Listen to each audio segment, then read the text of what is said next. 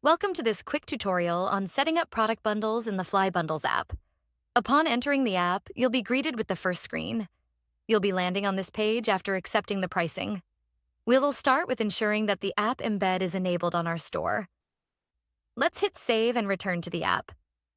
With the app embed now enabled, we're ready to create our first bundle. To accomplish this, we'll select Create Bundle.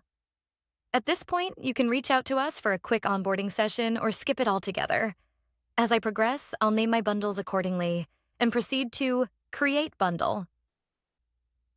Excellent. Now that we're inside the bundle, we can start adding the products we want to include. Let's add some products. I've successfully added 4 products to the bundle. Once the products are added, we'll see a preview of how the bundle will appear on the storefront. Finally, we have the option to select which variants we want to offer in this bundle. For instance, if we don't want to offer a small size of this product in this bundle, we can exclude it. Let's begin by deselecting this option. After that, we can enter the desired quantity into the body. We have the ability to clone products, or if necessary, delete any products that are no longer needed in the bundle. More products can be added from this point. With Nexus, we can configure the discounts. We have 3 options: no discount, a fixed bundle price, or dynamic discounts. If we choose no discount, no changes will be applied to the bundle. If we opt for a fixed bundle price, we'll need to set a price for the bundle. For example, if we set the price at 100 rupees, the total price of the bundle will be 100 rupees. Now, if we want to configure dynamic discounts, these could be applied to all the products in the bundle or only specific ones. For specific products, we simply need to select which ones from the bundle should have the discount applied. Alternatively, we can apply the discount to all products. The dynamic discount can either be a percentage off, for example, a 10% discount on the total amount, or a fixed amount off, like $10 off the total amount. If we go with a percentage off, we can get a discount of, say, 15%. Here's the total bundle price with a 15% discount applied. Let's have a look at the preview. It's a live preview, so as soon as you make an edit, the bundle preview will update accordingly. Once the basic bundle setup is complete, you may want to display your products in different ways. Whether you want to show your options as swatches, labels, or a dropdown, or if you want to display your variants in a unique way, you can do so in the bundle settings. In the bundle settings, you'll find the variant display settings. Here, you can select the product. For instance, if you don't want the size option of a product to be a dropdown, you can change it to a label. Simply click on Label and save. Upon saving, you'll notice that the first product, which used to be a dropdown, has now been changed to a swatch. We offer options for dropdowns with swatches, standalone swatches, and labels. We'll delve deeper into this shortly. For now, remember that labels can also come with swatches. Images can be manually uploaded, or the system can automatically select variant images. We have multiple options available, including swatches and dropdowns, with or without swatches. After saving the changes, labels become visible. With swatches, we can customize the second product to have a dropdown with swatches. We can also add an image or a text box. This allows us to customize how the variants and options look in the bundle.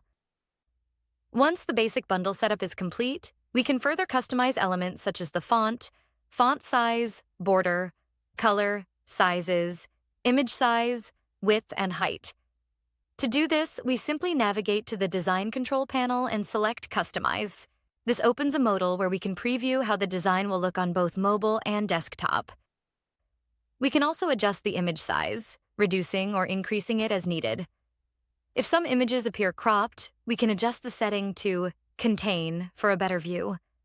Finally, we can also adjust the product names. We can customize the look and feel of the dot bundle. Once done with changes, simply click Save. Moving on to language settings, if you wish to alter any text on the bundle, navigate to Language Settings. Here, you will find all the fields that can be changed. It's also possible to add multiple languages. Simply select your preferred language and input the translation. When you're finished, click Save. Now, let's discuss the basic bundle settings. You have several bundle options to choose from. You can choose to display the compare at price, show out-of-stock options, or hyperlink the products. Additionally, there's a personalization text setting. If you want to allow your customers to add personalized text for a particular product, you can enable this from Let's enable it and see how it works. So here is the personalization text option. You can add personalized text here. Now that we're done with the basic bundle setup, let's see how the bundle appears on the product page. This bundle creates a parent product of its own, so a test bundle parent product will be created in my Shopify. This allows for changes to be made to the image from Shopify. The name can also be edited from here.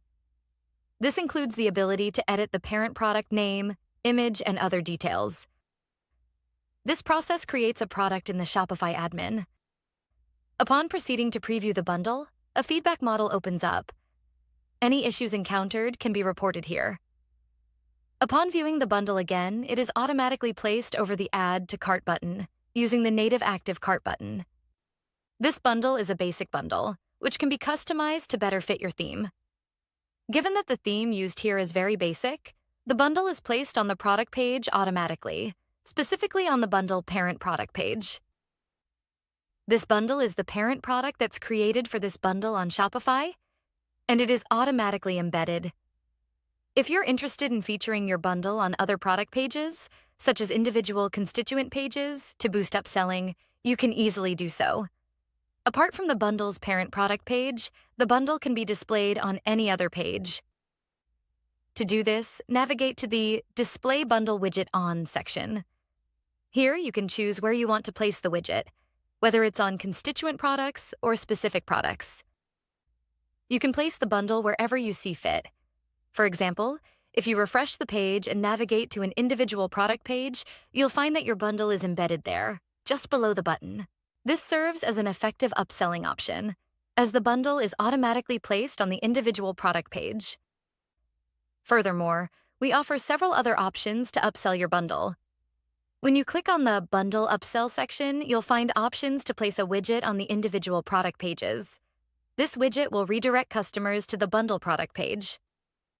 Alternatively, you can add a button that will also redirect customers to the bundle page. This can be used to further upsell your bundles. When a customer visits an individual product page, they will be presented with options. They can choose to add the bundle as well. You can manage the setup for this feature here. Once you're done, you can close the window and return to the previous page. That concludes our guide on how to set up the bundle. Don't hesitate to reach out to our team should you have any questions. Thank you very much.